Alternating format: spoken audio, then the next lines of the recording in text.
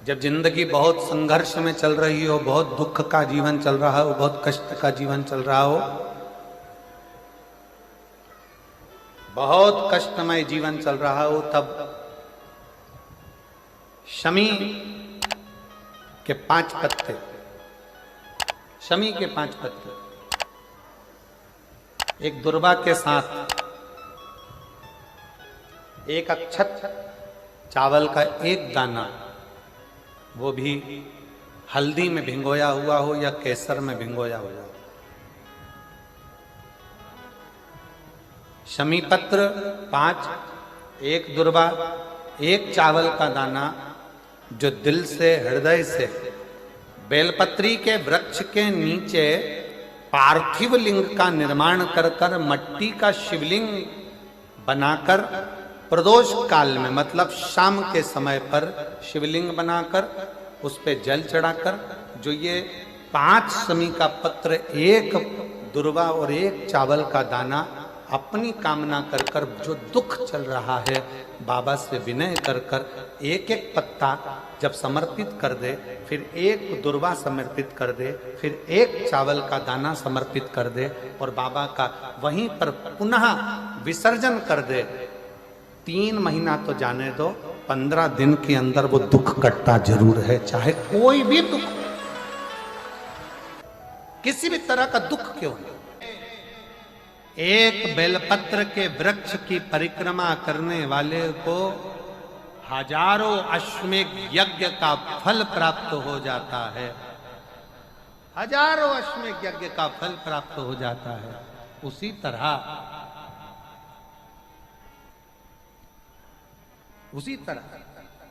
एक पार्थिव लिंग का निर्माण करने वाले को, मिट्टी का शिवलिंग का निर्माण कर कर पूजन करने वालों को 12 ज्योतिर्लिंग के शिवलिंग के दर्शन का पुण्य फल प्राप्त।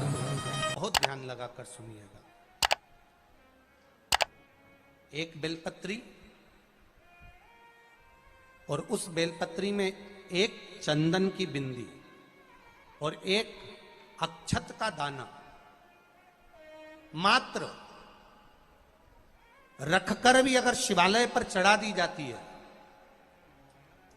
एक बेलपत्री, एक चंदन का बिंदी, और चंदन फिर निवेदन करेंगे। आज के जमाने में तुम लोग सब घिसा घिसाया, पड़ा पड़ाया, डब्बी का सामान ले लेकर, वो नहीं, चंदन की मुठिया रखो, थोड़ा सा भी घिसो, जरा सा भी घिसो, उसकी एक बिंदी और एक चावल का दाना, जब हम भगवान देवादिदेव महादेव को समर्पित करते हैं, अपनी कामना कर कर समर्पित करते हैं, तो निश्चितता है, महापुराण की कथा कहती है, शंकर भगवान उसका फल शीघ्र प्रदान कर देते हैं। भले आपने कुछ करा ना करा, उसका फल तुम्हें मिल जाए। में जाना, लोटा भरकर जल समर्पित करना, और कभी तुम्हारे जीवन में अगर तुमको लग रहा है कि मैं दुखों से पीछा छूट ही नहीं रहा, तब उस जगह पर बेलपत्री के मध्य भाग में पीला चंदन, ये जो पत्ती है और ये 2 पत्ती हैं, ये बड़ी पत्ती और ये बीच की जो 2 पत्ती हैं, इसके बीच में जो डंडी का भाग रहता है, जो बीच में डंडी का जो भाग है, बड़ी पत्ती और ये 2 छोटी पत्ती के मध्य में जो डंडी का भाग है, उस डंडी के भाग में पीला चंदन और एक अक्षत पीला, शंकर भगवान को आप अगर प्रदोष काल में समर्पित कर रहे हैं, तो ये निश्चित है कि धीरे धीरे कर कर वो दुख समाप्त होगा, वो दुख कटेगा ही। प्रगट वर्णन किया गया शंकर भगवान की आराधना में, शिव की आराधना में, जब तुम्हें लगता है कि तुम्हारा व्यापार नहीं चल रहा, कोई तुम्हें धोखा दे रहा है, लक्ष्मी नहीं आ रही, बहुत चिंता में पड़े हुए हो, बहुत टेंशन में जिंदगी चल रही है, बहुत बीमारियां तुमको घेर ली है और चारों तरफ अंधेरा ही अंधेरा नजर आ रहा है, तुमने विचार करा अब मैं तो मर जाऊं तो अच्छा, मैं सुसाइड कर लूं तो अच्छा, मैं मर जाऊं तो अच्छा, तो मरने से पहले एक काम कर कर देखना, शंकर भगवान की आराधना कर कर देखना, शिव पर एक लोटा जल चढ़ा कर देखना, और ज्यादा चिंता, ज्यादा टेंशन हो तो बेलपत्री के जड़ को घिसकर उसका चंदन बनाकर शंकर को लेपन कर कर उसकी भी आराधना कर कर देखना कि बेल चंदन का फल क्या। बेलपत्र, एक बेल, ये कोई साधारण नहीं, एक बेलपत्र एक बेल, ये कोई साधारण नहीं, एक बेल। इसकी नीचे की डंडी से लेकर ये दो पत्तियां जहां लगी हैं और दो पत्ती से लेकर ये बीच की जो पत्ती है उसमें जो गैप है, उसमें जो जगह है, दिख रही है आपको? ये दो पत्ती से लेकर बीच की पत्ती के बीच में जो जगह खाली रहती है, 33 कोटि देवी देवताओं विराजमान रहते हैं इस बीच की जगह में। जब शिव जी को चढ़ाया जाता है तब इस पत्ती के बीच की जगह शंकर के शिवलिंग पर रखा जाता है, तो शिव जी इतने प्रसन्न होते हैं कि मेरी स्तुति करने के लिए ये भक्त 33 कोटि देवताओं को लेकर आया है, मेरी स्तुति करने के लिए। लोग चावल लाए, लोग अंबारियां लाए, धन लाए, दौलत लाए, संपदा लाए, पर एक शंकर का भक्त ऐसा होता है जो एक बेलपत्री के रूप में 33 कोटि देवताओं को, 64 योगिनियों को, आदि शक्तियों को शंकर को समर्पित करता है। कितना सुंदर संवाद है, कितना सुंदर बात कही कि भूल से भी किसी तीर्थ में नहीं गए, कहीं हमने गौदान नहीं करा, कहीं हम किसी तीर्थ में नहीं गए, हमने कहीं गौदान नहीं करा, हमने कहीं ब्राह्मण भोजन नहीं कराया, हम कहीं गंगा यमुना कावेरी सरस्वती नर्मदा छिपरा पुण्यवान नदी में हम स्नान नहीं कर पाए। शिव महापुराण की कथा कहती है भूलवश भी अगर पिपलेश्वर या बटकेश्वर किसी शिवालय पर भूल से भी अगर एक लोटा जल चढ़ जाता है तो देव अधिदेव महादेव सारे तीर्थों का फल अपने आप प्रदान कर देते हैं। भूल से भी चढ़,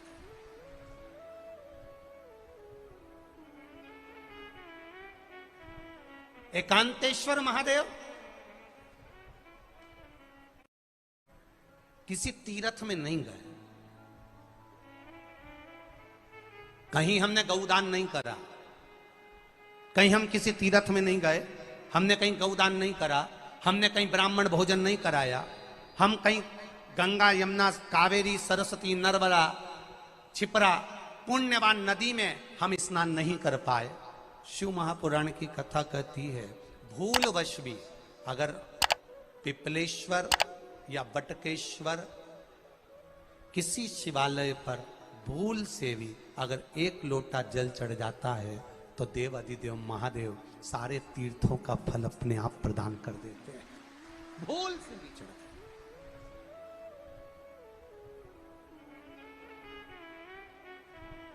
एकांतेश्वर महादेव जो कि एकांत में बैठा हुआ है, एकांतेश्वर महादेव अकेला बैठा है अलमस्त होकर। आप जा रहे हो गाड़ी लेकर, आप 4 व्हीलर गाड़ी में जा रहे हो, ट्रैक्टर में जा रहे हो, ट्राली में बैठकर जा रहे हो, क्रूजर में बैठकर जा रहे हो, 2 व्हीलर गाड़ी में बैठकर जा रहे हो और एकांतेश्वर महादेव का मंदिर दिख गया, कोई एकांत में, भले उसका नाम नहीं मालूम तुमको कि कौन सा महादेव, पर अकेला बैठा है जंगल में, वृक्ष की छांव में, एक ओटले पर, कोई दीवार नहीं, कोई जाली नहीं, कोई गेट नहीं, कुछ भी नहीं। ये शिव मंदिर में जाकर एक लोटा जल समर्पित करती थी और शास्त्र कहता है कि शंकर के मंदिर में अगर एक लोटा जल कोई एक परिवार का व्यक्ति भी समर्पित कर रहा है तो समझ लेना कि वो अपनी 71 पीढ़ी को पार लगा रहा है। वो अकेला नहीं, 71 पीढ़ी को पार लगा रहा है। शिव महापुराण की कथा कहती है जब बच्चा गर्भ में आता है, माता के गर्भ में जब संतान आती है और माता के गर्भ में जब संतान रहती है, उस 9 महीने में स्त्री नारी अगर कहीं शंकर के मंदिर के सामने से निकल जाए या शिवालय का जल स्त्री को मिला हो या शंकर भगवान का कोई प्रसाद या शंकर भगवान का कोई नाम जाप या शंकर भगवान का कोई मंत्र जाप उस स्त्री के कानों में पहुंच जाए तो जो गर्भ में बच्चा होता है वो बच्चा शंकर की कथा तक या शिवालय तक उसको बिना बोले ही वो अपने आप चला ही जाता है, पहुंच ही जाता है। उस गर्भ में रहने वाले बच्चे को भगवान शंकर के मंदिर के सामने से भी कोई गर्भवती स्त्री निकल कर चली जाती है तो उसका भी फल उसको प्राप्त हो जाता है। उसका भी फल उसको प्राप्त हो जाता है। और वो फल साधारण नहीं होता। क्यों? बेलपत्री को जब भी चढ़ाया जाता है तो पीछे की डंडी पकड़कर नहीं चढ़ाया जाता। बेलपत्री को चढ़ाने के लिए मध्य भाग को, जैसे यह बेलपत्र होता है तो इसका मध्य की जो डंडी होती है, मध्य भाग होता है बेलपत्री का, तब मध्य भाग को पकड़कर हम भगवान शंकर को बेलपत्र समर्पित करते हैं। कोई भी बेलपत्र ऐसे नहीं चढ़ाता कि डंडी पकड़ के चढ़ा दिया, फिर पीछे की डंडी पकड़ के चढ़ा दिया, फिर पीछे की डंडी पकड़ के चढ़ा दिया, फिर डंडी पकड़ा, फिर चढ़ा दिया ना। मेरे देवादिदेव महादेव को जब भी बेलपत्र चढ़ाया जाता है तो मध्य भाग, पीछे की डंडी पकड़कर नहीं, मध्य भाग से भगवान शंकर को बेलपत्र समर्पित किया जाता। मध्य भाग से जब भी पकड़ेंगे तो मध्य भाग को पकड़कर बेलपत्र समर्पित करेंगे। क्यों?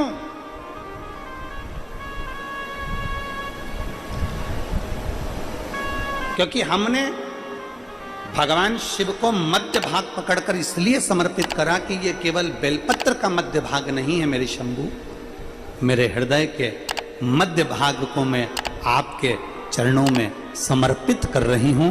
मेरा दिल, मेरा हृदय, मेरा चित्त मैं आपको दे रही हूं। मध्य भाग एक विश्वास के साथ दे रही हूं। इतनी सुंदर बात नंदी ने कही है।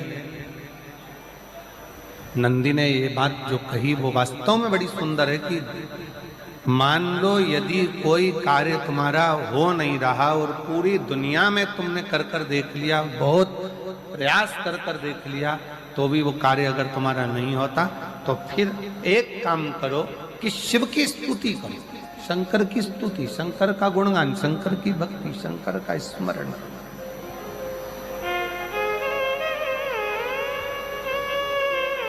फिर शिव की स्तुति करिए, शंकर से विनय करिए, शंकर से निवेदन करिए, शंकर का गुणगान करिए।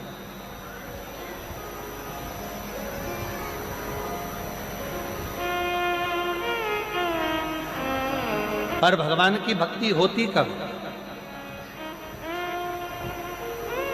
जितने आस्था चैनल पर कथा सुन रहे हैं, जितने फेसबुक यूट्यूब पर कथा सुन रहे हैं, जितने पंडाल में बैठकर शिव भक्त कथा को रसपान कर रहे हैं, उनसे निवेदन करूंगा कि शंकर की भक्ति होती कब है, शंकर का स्मरण कब होता है, शंकर की भक्ति कब होती है, शंकर की कथा सुनने में मन कब लग सकता है, जब अपने भीतर की अभिमत्ता, अपने भीतर का अहम, अपने भीतर का अहंकार, अपने भीतर की आसक्ति, अपने भीतर का काम, अपने भीतर की तृष्णा जब दूर हो जाए तो समझो कि आप शिव में मन लगा बैठे।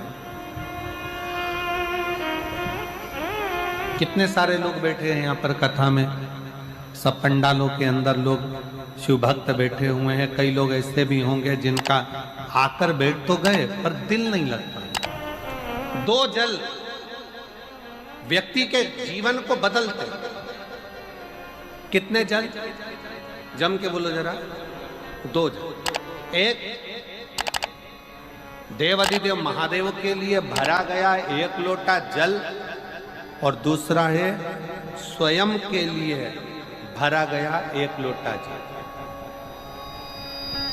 यहाँ पर अगर बुजुर्ग मेरी माताएं बैठी होंगी, मेरी जीजियां बैठी हैं, मेरे जीजा बैठे हैं, बुजुर्ग जितनी माताएं बैठी हैं, वो पुराने समय का अगर लेख उठाकर देखेंगे तो पुराने समय के लोग भोजन करने बैठते थे ना, तो भोजन करने से पहले अपने पानी के लोटे को भरकर, अपना गिलास भरकर बैठते थे। किसी ने देखा है कि नहीं देखा? जम के बोलो जरा, देखा है आप लोगों ने?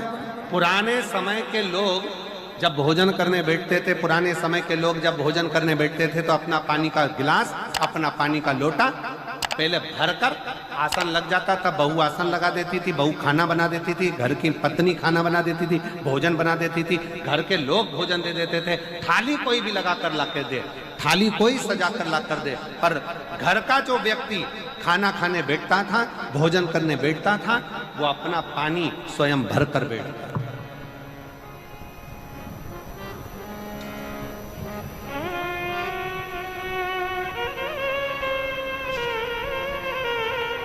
अब आज के जमाने में दुनिया के लोग कहते हैं मैं दुकान चला रहा हूं, दुनिया के लोग कहते हैं मैं घर चला रहा हूं, दुनिया के लोग कहते हैं मैं ये कर रहा हूं।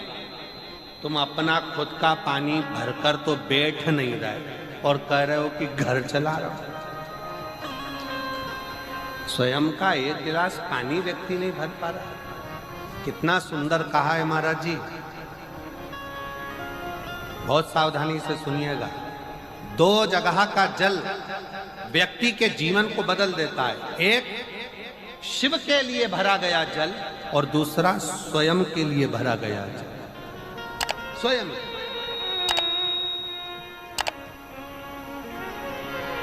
शंकर के मंदिर में जा रहे हो, एक लोटा जल अपने घर से भरकर लेकर चले जाओ और अपने घर में जब तुम भोजन करने बैठ रहे हो, जब तुम रोटी खाने बैठ रहे हो, भोजन करने बैठ रहे हो, भोजन ग्रहण करने बैठ रहे हो, जब तुम भोजन को ग्रहण करने के लिए बैठ रहे हो, तब अपने घर में जब तुम भोजन ग्रहण करने बैठ रहे हो तो एक लोटा जल या एक गिलास पानी भर कर बैठो। बहू अच्छी है, पानी भरेगी, मना नहीं है। बेटा अच्छा है, पानी भरेगा, मना नहीं है। पोता अच्छा है, पोती अच्छी है, नाती अच्छा है, पंती अच्छा है, घर में सब अच्छे। तुम्हारी पत्नी भी अच्छी है, तुम खाना खाओगे तो वो पानी ला कर दे देगी। तुम्हारी बहू भी अच्छी है, तुम भोजन करोगे तो वो पानी ला कर दे देगी। तुम्हारा परिवार का हर व्यक्ति अच्छा है, तुम्हारा कहना मानता है। तुम जिमने बैठोगे, भोजन करने बैठोगे तो वो पानी ला कर देगा। पर शिव पुराण की कथा कहती है, जो व्यक्ति भोजन करते समय अपना जल स्वयं भर कर बैठता है, उसकी जिंदगी में से 3 रोग समाप्त हो जाते हैं। कितने रोग समाप्त हो जाते हैं? 3। पहला, अपना जल स्वयं भर कर बैठने वाले के घुटने का कभी भी डॉक्टर उसके घुटने बदलने का बोलेगा ही नहीं, घुटना बदल ही नहीं सकता। स्वयं का जल भर कर बैठे। दूसरे नंबर पर, जिसकी रीढ़ की हड्डी में कमर से लेकर कंधे तक जिसकी हड्डी में दर्द होता हो, या जो सुबह सुबह सोकर उठता हो और उसके कंधे दुखते हो या पीठ दुखती हो। दूसरे नंबर का रीढ़ की हड्डी का दर्द। और तीसरे नंबर का, डॉक्टर को दवाई खा खा कर परेशान हो गए और आधा सिर का रोग, भुकुटी, ये भौएं दुखती हो, सिर दुखता हो, ये कान के पास का दर्द होता हो, तो अपना भोजन करते समय अपना पानी स्वयं भर कर बैठो। आपको ये 3 रोग से मुक्ति अपने आप मिलना प्रारंभ हो, अपने आप। अब किसी ने कहा, गुरुजी पत्नी पानी ला कर देती है, पति पानी ला कर देता है, बेटा पानी ला कर देता है, बहू पानी ला कर देती है, पोता पोती पानी ला कर देते हैं, नाती पंती पानी ला कर देते हैं, नौकर लगे घर में वो पानी ला कर देते हैं, सेवादार लगे घर में वो पानी ला कर देते हैं, तो हमको पानी लाना क्यों जरूरी है? तो अग्नि पुराण में वर्णन आता है कि जो घर में पानी जिस मटके में भरते हो, जिस हंडे में भरते हो, जिस बाल्टी में भरते हो, जिस टंकी में पानी भरते हो, पीने का पानी जिस हंडे में, मटके में, बल्टोई में, जिस गगरे में तुम भरते हो, वो स्थान पितरों का स्थान रहता है। जब हम पानी भरकर भोजन करने बैठते हैं तो हमारे पितर भी उस स्थान पर आकर निश्चित जगह पर बैठते हैं, और जब हम भोजन ग्रहण करते हैं तो हमारे पितरों के भाव का आशीर्वाद हमारे ऊपर पड़ जाता है, जिससे हमारे 3 दर्द समाप्त हो। स्वयं भरो, स्वयं।